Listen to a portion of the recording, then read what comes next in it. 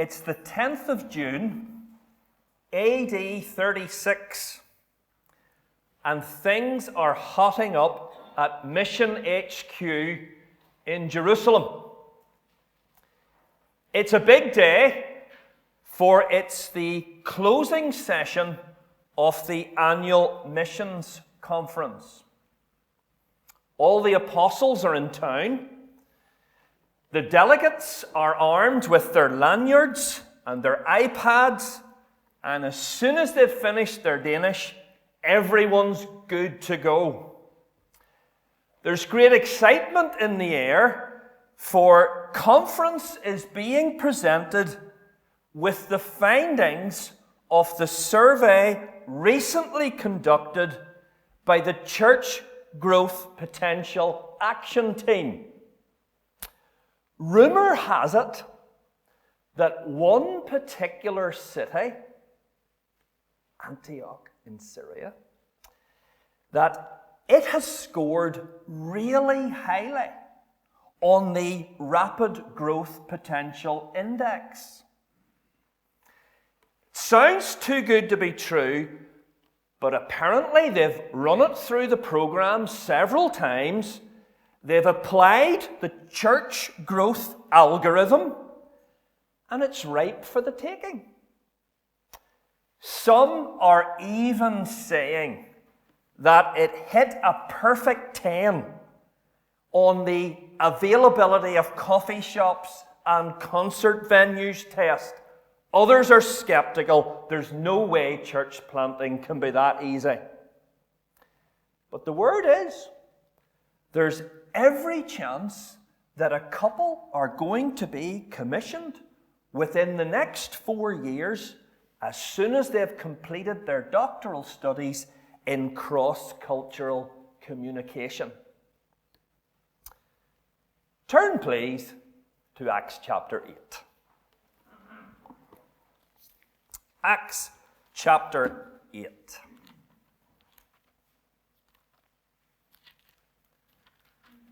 Verse 1.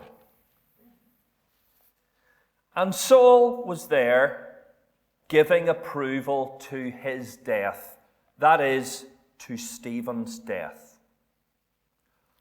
On that day, a great persecution broke out against the church at Jerusalem, and all except the apostles were scattered throughout Judea and Samaria. Godly men buried Stephen and mourned deeply for him. But Saul began to destroy the church. Going from house to house, he dragged off men and women and put them in prison. Those who had been scattered preached the word wherever they went. Acts chapter 11, please, verse 19. Now those who had been scattered by the persecution in connection with Stephen travelled as far as Phoenicia, Cyprus, and Antioch, telling the message only to Jews. Some of them, however, men from Cyprus and Cyrene, went to Antioch and began to speak to Greeks also, telling them the good news about the Lord Jesus. The Lord's hand was with them, and a great number of people believed and turned to the Lord. News of this reached the ears of the church at Jerusalem, and they sent Barnabas to Antioch. When he arrived and saw the evidence of the grace of God, he was glad and encouraged them all to remain true to the Lord with all their hearts. He was a good man, full of the Holy Spirit and faith, and a great number of people were brought to the Lord. Amen. What we're going to do together today is examine how it was that the church at Antioch came into existence. There are profound principles at work in the birth of the church at Antioch. There are rich lessons for us to learn from our first century brethren and forebears in the work of mission. And Luke is explicit in his explanation of what happened at Antioch. The appearance of the Church of Jesus Christ in the great city of Antioch was not the result of some carefully planned or executed strategy devised or delivered or even supervised by the apostles. There was no missions conference. The church appeared in Antioch as the unexpected and unintended byproduct of persecution. Persecution backfired. When Satan divided, God multiplied. The murder of Stephen and the mission to Antioch were bound together in the sovereign plan of God, though no one knew that at the time. Acts chapter 8, verse 1, which says that a great persecution broke out against the church at Jerusalem, and all except the apostles were scattered throughout Judea and Samaria. Acts chapter 8, verse 1 was the God-ordained means of fulfilling Acts chapter 1, verse 8. That famous verse, "You will be my witnesses, and you will go into Judea and Samaria and the uttermost parts of the world." Suffering was the God-ordained means for fulfilling his purpose. Saul, get your head around this, folks. Saul, through his murderous actions, helped establish the church that years later would send him out into the world with the message of Christ. God is in sovereign control. Let me say immediately that this is not to belittle the horror of persecution and the sacrifice that believers make in those situations. But God uses his people's costly sacrifice to spread his gospel in our world. And it happens still. Think back no further than a couple of Sunday evenings ago. How do you reach young Eritrean men for Christ? Well, you bring an Eritrean lady who was imprisoned for her loyalty to Jesus. You bring her to Northern Ireland. And you do it years before a group of young Eritrean men flee their country and enter Northern Ireland in a shipping container. And then you get the lady who arrived years before, who has just been granted residency. You get her to approach the authorities and offer to help in the situation. Can I suggest that is probably not how you and I would think to do it? but it's how God did it. And it's what God did at Antioch. But what I really want us to grasp is who these pioneer missionaries were. What was true of them? And it's time to call the accountants in. Because what we're going to do for a few minutes is we're going to prepare a balance sheet. What did these missionaries have that was against them? What would we write in the liabilities column? And then, what did they have going for them? What entries can we make in the assets column? I've got 3 entries in the liabilities ledger, and for simplicity, they all begin with P. Here's what's against these pioneer missionaries. Number 1, persecution. If we are not careful with our language, we might say they were victims of persecution. And at one level, of course, that is true. But we understand things differently as Christ's followers. They were affected by persecution, and no doubt marked by persecution, but they were not defined by persecution, nor broken by persecution. Perhaps the closest term that we could apply to these individuals, these pioneer evangelists, is that they were refugees.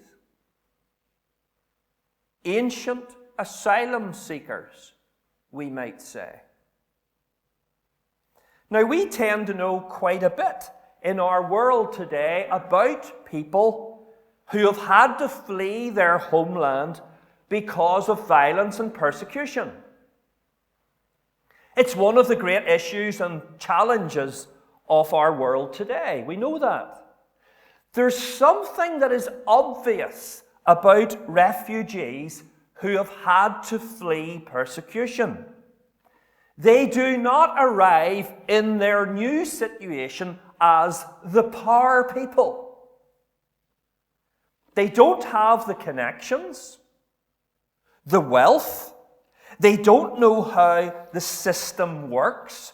They're outsiders, and very often they're made to feel and they're reminded that they are outsiders. Refugees tend to bear the scars of their trauma. They have few possessions, but they've got a lot of baggage, if you know what I mean. Their very countenance can betray the fear, the insecurity, the sense of hopelessness and powerlessness they feel as control over their lives has been violently taken from them. So you mark that in the liabilities column. The Christians who started the church at Antioch were victims of persecution. Here's the second entry to the liabilities column. Prejudice. It's important that we understand, that we appreciate the enormity of what happened at Antioch. And Luke stresses just how revolutionary the actions were of those scattered believers who arrived in the city. Not all of them. Perhaps not even a majority of them.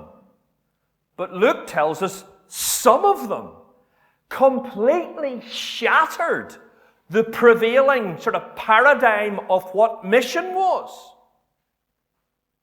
Because instead of just telling the good news of Jesus to their fellow Jews, men from Cyprus and Cyrene began to engage their pagan neighbours in the gospel. Luke says Greeks, by the way. Sometimes Luke will use the word Greeks, and he can mean by that Greek-speaking Jews, Jews of the dispersion. But it is obvious from the context here that when he says Greeks, he means Gentiles, non-Jews. Why was that so radical and revolutionary?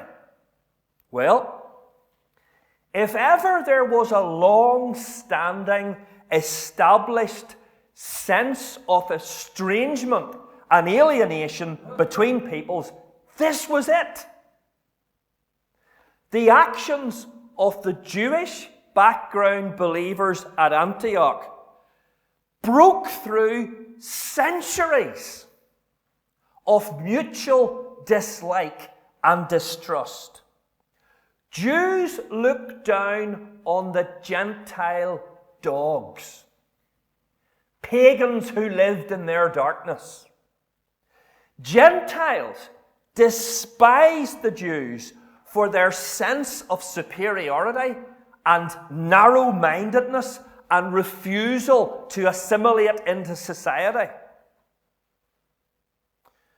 But these believers were not content to think within the box and to operate within the box because they realized that God had a bigger box. And the Christian gospel burst its Jewish banks in the city of Antioch. Persecution, prejudice. Here's something else they had going against them. Paganism. Antioch was the capital of the Roman province of Syria. It was probably the third largest city in the ancient world. Rome first, Alexandria in Egypt second, and then Antioch in Syria, or arguably Ephesus in Asia Minor. Its population estimated to be 400,000 people. That's a mega city in the ancient world. It was highly cosmopolitan and incredibly advanced. Its main street was made of marble and it had its own street lighting. You see, Antioch had grown and sprouted up at the intersection of where east meets west. And everybody poured into this melting pot. Traders, travelers, worshippers, artists, you name it, they all poured in. And not surprisingly, Antioch was a thoroughly sinful place. What a culture shock it must have been for those Jewish background believers coming from the region of Jerusalem and Judea, finding themselves confronted by all the pagan cults and mystery religions, surrounded by idolatry, the temples and the shrines at every street corner, coming within touching distance, face to face with pagan immorality, such as they had never witnessed before. These believers found themselves propelled into what must have felt like Satan's backyard. They came face to face with the power and influence of Satan actually embedded in the culture and how the city worked. And how did they respond? Not by circling the wagons or raising the drawbridge, but by moving out with the truth. The only message of hope for sinners. They refused to succumb to a siege mentality and withdraw, which was one temptation. And as they went out into the swamp, they maintained their distinctiveness, which was the opposite danger: withdrawal or conformity. They did neither. So against the believers who came to Antioch was the legacy of persecution, all the psychology and emotion of that, the pull and the hold of prejudice built up over centuries in their mindset that you stayed clear of those dogs. And the sheer overwhelming power of paganism itself that would either make you flee and withdraw or just bow. But what did they have going for them? What do we get to write in the assets column that will help us make sense of what happened at Antioch? And as you examine the text, and I hope you've got the text, Bible study's so much easier when you have a Bible and you have the text. Scar the text. And let me give you a tip. You're only going to get to put one entry in the assets column. Only one. It comes in verse 21 of Acts 11.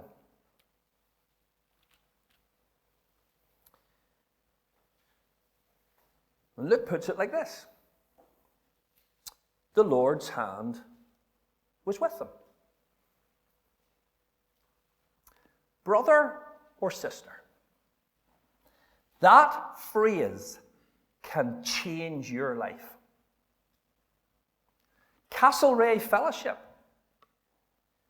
that phrase can change your life.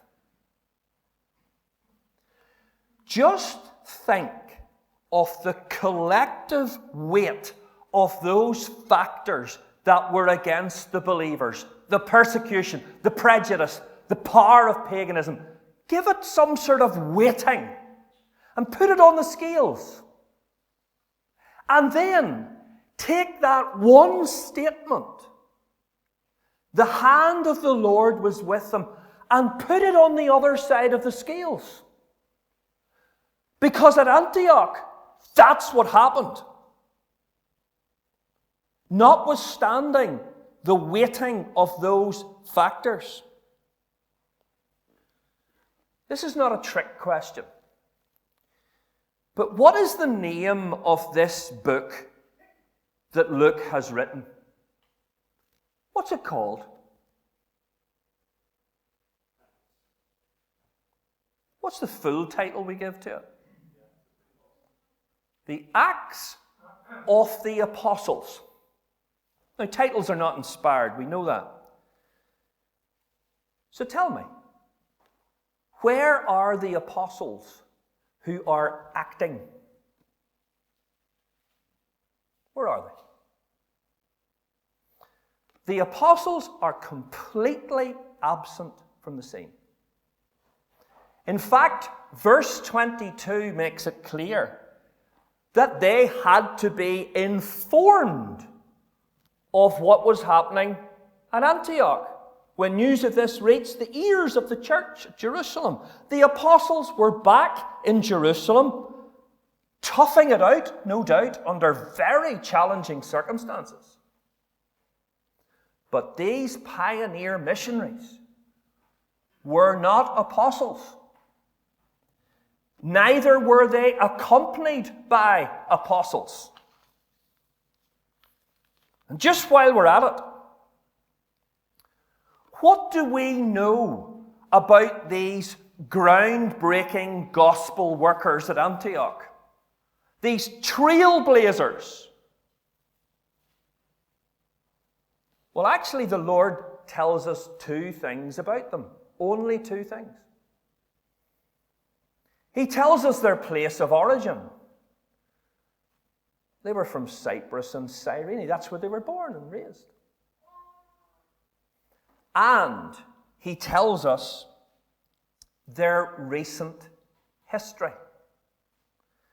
They were survivors of persecution. Not a word about their gifts, their training, their qualifications, their connections. We're not even told their names.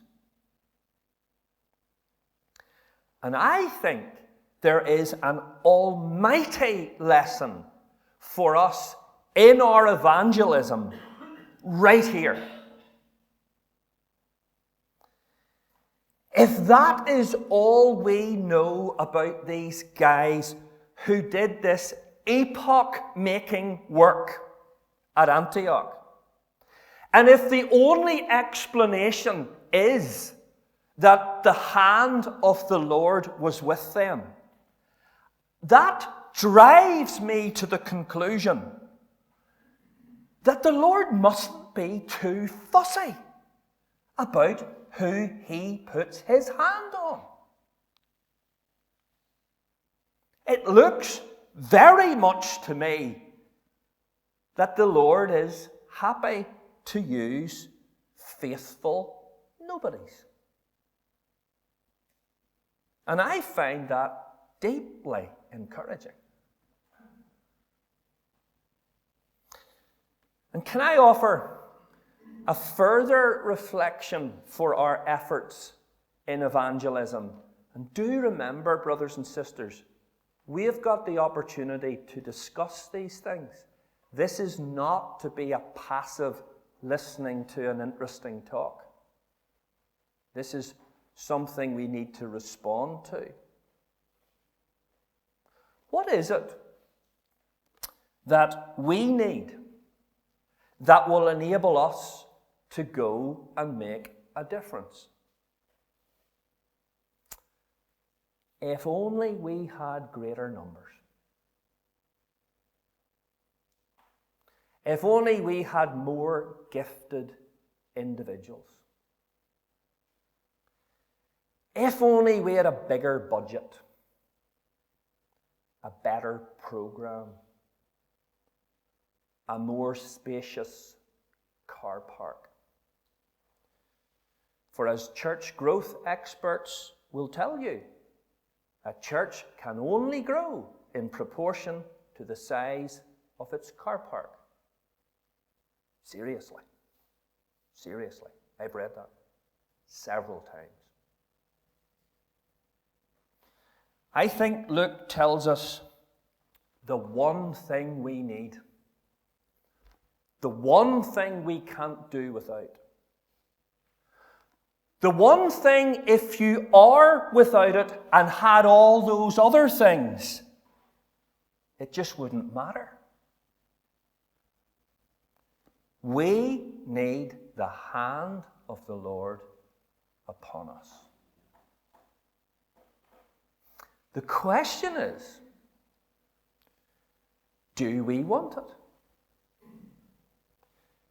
Do we want it more than anything else?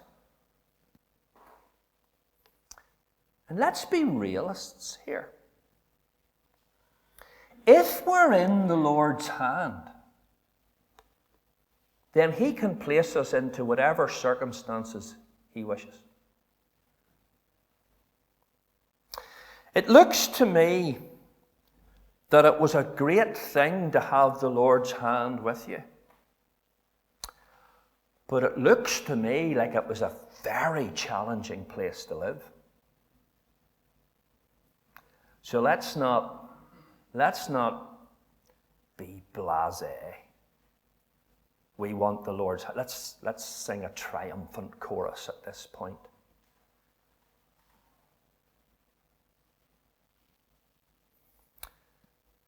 where do you and I ultimately want to live? Where does Castlereagh Fellowship want to live? With the Lord's hand? Clenching us?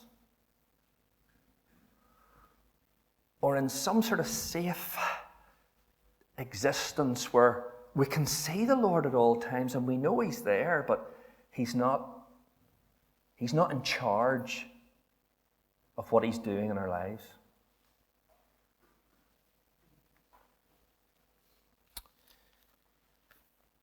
For me, there is no greater truth to get the hold of.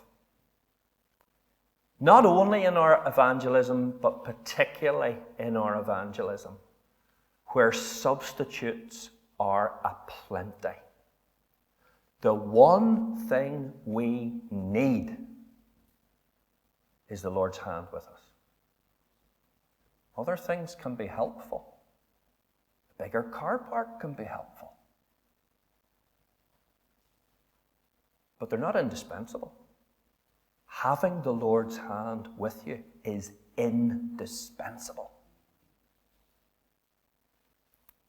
Do we want it?